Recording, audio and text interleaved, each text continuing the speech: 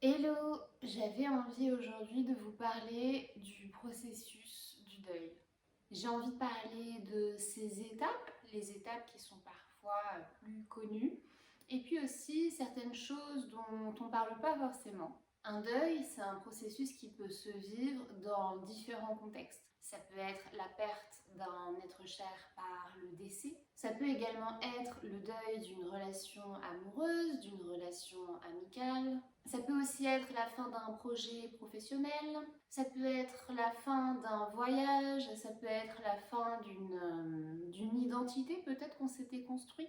Voilà, c'est un processus qui peut se vivre dans différents contextes. Par contre, les étapes restent les mêmes, à des degrés différents suivant les personnes.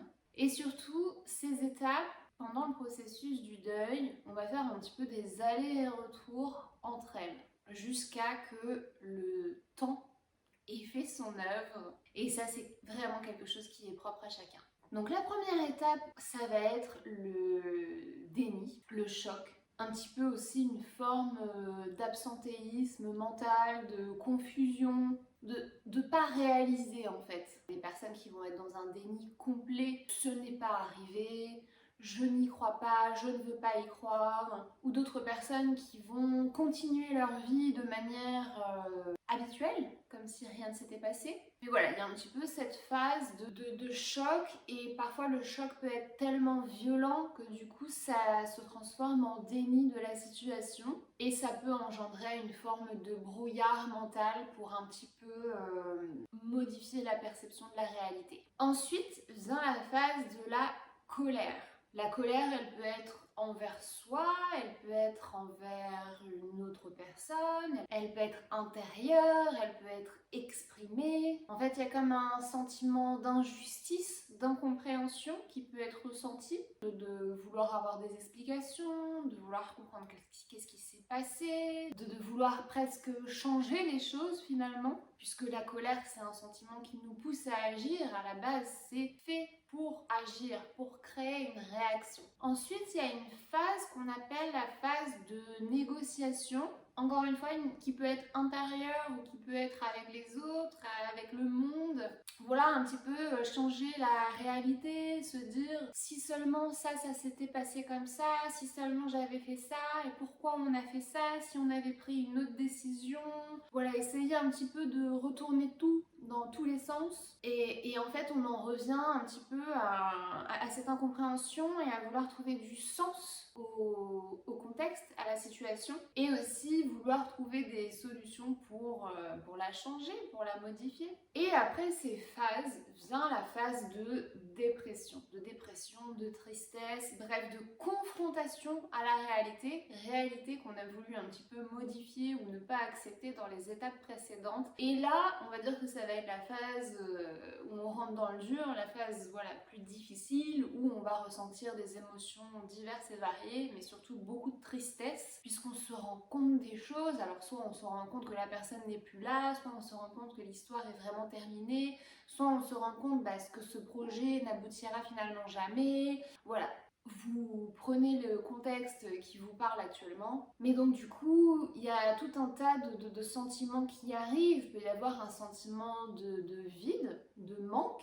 Ça, je pense que c'est peut-être une des choses les plus compliquées à vivre, notamment après la perte d'un être cher ou la fin d'une relation amoureuse par exemple. Et du coup, la douleur ressentie aussi quand on percute la réalité actuelle. Et donc avec tout ça, il peut y avoir une perte d'énergie, une grosse fatigue, un manque de sens à notre vie, un manque de goût pour la vie, un manque d'attirance pour faire des choses, un manque d'attrait. Encore une fois, toutes ces étapes, c'est quelque chose qui peut aller plus ou moins vite. Il y a des personnes pour qui ça va être plus rapide que pour d'autres. Et voilà, on a souvent des allers-retours, quand je le disais précédemment, entre ces étapes. C'est pas du tout un processus qui est complètement linéaire, bien au contraire. Quand il y a autant d'émotions qui rentrent en jeu, le corps a besoin de processer en fait. Et on va avoir la dernière phase qui va être la phase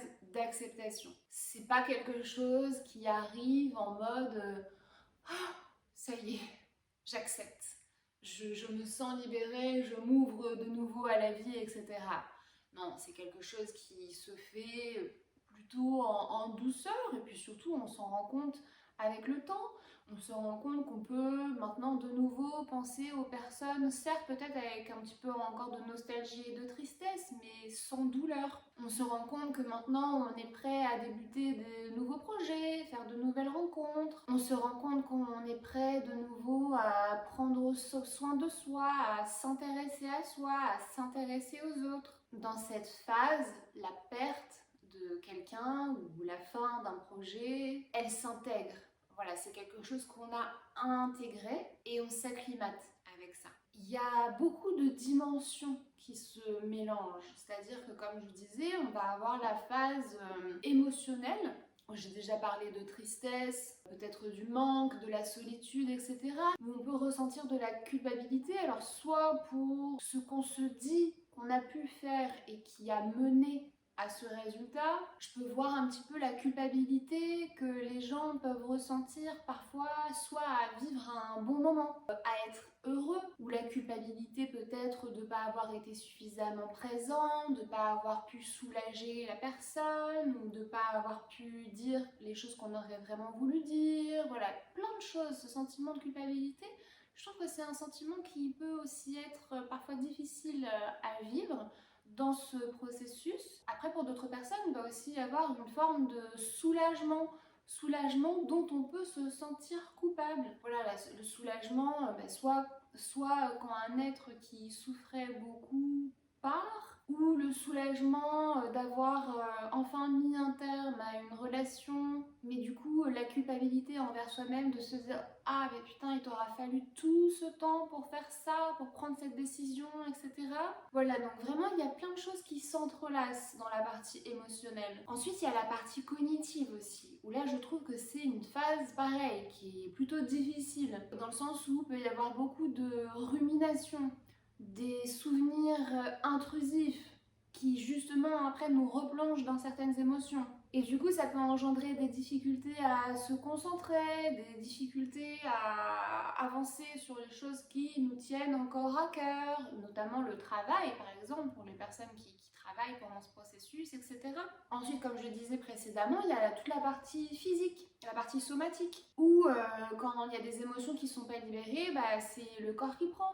On peut déclencher du coup des maux physiques, des cystites, des mal de gorge quand il y a des choses qui ne sont pas exprimées, des indigestions. Après ça peut aussi donner des troubles du sommeil, une fatigue, une grosse fatigue, puisque par exemple pour les personnes qui vont beaucoup pleurer pendant cette phase émotionnelle, pleurer c'est très fatigant finalement. Et même c'est un processus qui est fatigant, qui demande de l'énergie. Et peut y avoir aussi l'aspect spiritualité, notamment peut-être un petit peu plus avec l'aspect du décès. Peut-être que pour des personnes, voilà, ça vient travailler leur rapport à la mort, leur rapport à la famille, le sens de la vie, le sens de sa vie, le sens qu'on a envie de donner à sa vie, les choses qui sont importantes, qui deviennent peut-être plus importantes aussi, peut-être revoir aussi ses priorités, revoir ses croyances, revoir ses envies, etc. C'est vraiment un processus qui est à la fois très difficile et douloureux à vivre, mais pour certaines personnes, notamment moi, je trouve qu'il y a aussi une phase qui est plutôt enrichissante. Je sais que il y a beaucoup d'aspects sur ma vie, et notamment mon rapport à la famille et à ma future famille. Il y a beaucoup de choses qui ont changé par rapport à tout ce que j'ai vécu cette année. Voilà, donc j'espère que ça a pu vous aiguiller un petit peu sur ce processus. Je trouve que c'est intéressant de comprendre les étapes qu'on peut traverser pour peut-être les traverser plus en conscience et comprendre un petit peu ce qui peut se passer à l'intérieur de nous. J'ai pas forcément de solution à donner puisqu'encore une fois c'est un processus qui est propre à chacun. Chacun le vit à des degrés différents et chacun a besoin de choses différentes aussi. Il y a des personnes qui vont avoir besoin de beaucoup de soutien, de beaucoup de présence, de beaucoup d'amour, de beaucoup de tendresse. Pour d'autres personnes, ça va peut-être être l'inverse. Elles vont avoir besoin de plus de temps seules.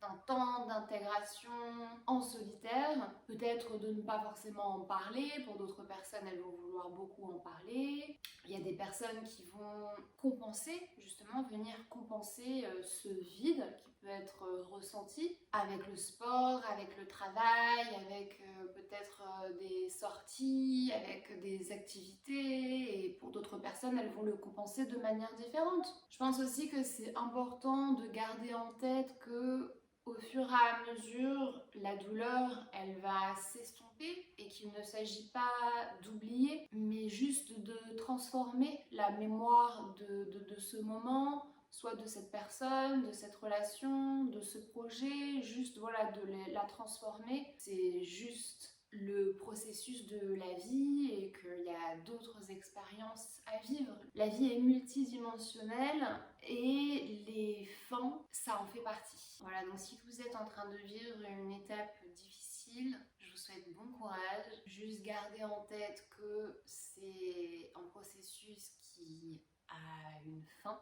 À un moment donné, la douleur, elle va s'estomper. L'amour pour l'expérience que vous avez vécue, la gratitude pour l'expérience que vous avez vécue, la gratitude pour la personne que vous avez rencontrée, l'amour pour la personne qui est aujourd'hui partie. Voilà, après c'est tout ça qui va rester et ce sera beaucoup plus léger à vivre. À bientôt pour une nouvelle vidéo. Ciao!